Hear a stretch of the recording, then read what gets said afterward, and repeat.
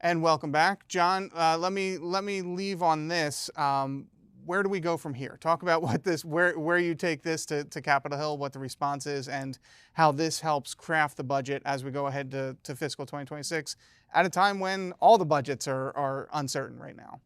I think where we go with this is to continue to share this with Congress and to show the urgency in maintaining our steadfast direction of supporting our veteran population, our service. Disabled veterans really need to have this continuity of care, this confidence in the VA system that they've shown they trust, and we need to continue to move forward. And we really need to ensure that Congress understands their investments that they've done throughout the years.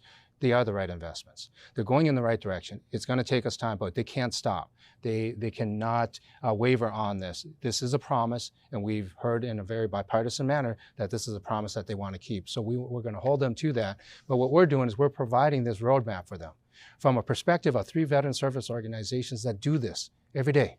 We provide advocacy and we provide guidance for our service disabled veterans to how to get the best care and to have the confidence in the VA healthcare system and the partnerships that they have, along with having confidence that Congress does have our back. And I think that's the biggest thing, is that we want to ensure that everyone can go to DAV.org if they want to see the copy of the independent budget. And along with going to DAV.org, you'll also see our critical policy goals, kind of outlining what are our priorities from our membership. So we also encourage Congress to do the same thing, because those critical policy goals and what's in this is actually coming from our members. I do hope that viewers go and read this, because it's a very interesting document. It does lay out very well where all the needs are and what you guys are seeing.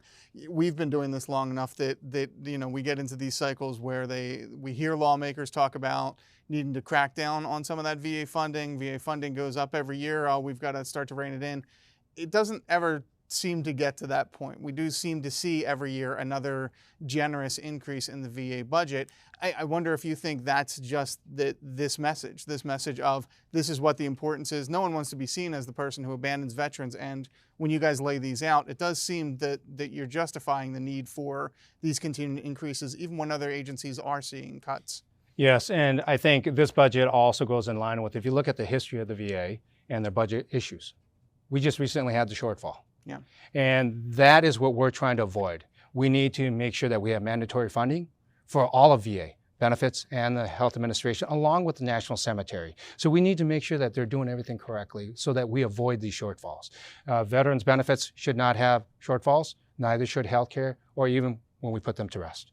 So this is a good reminder for them of looking at it in a very holistic manner to make sure that they're not missing things that will take care of the veterans from beginning to end.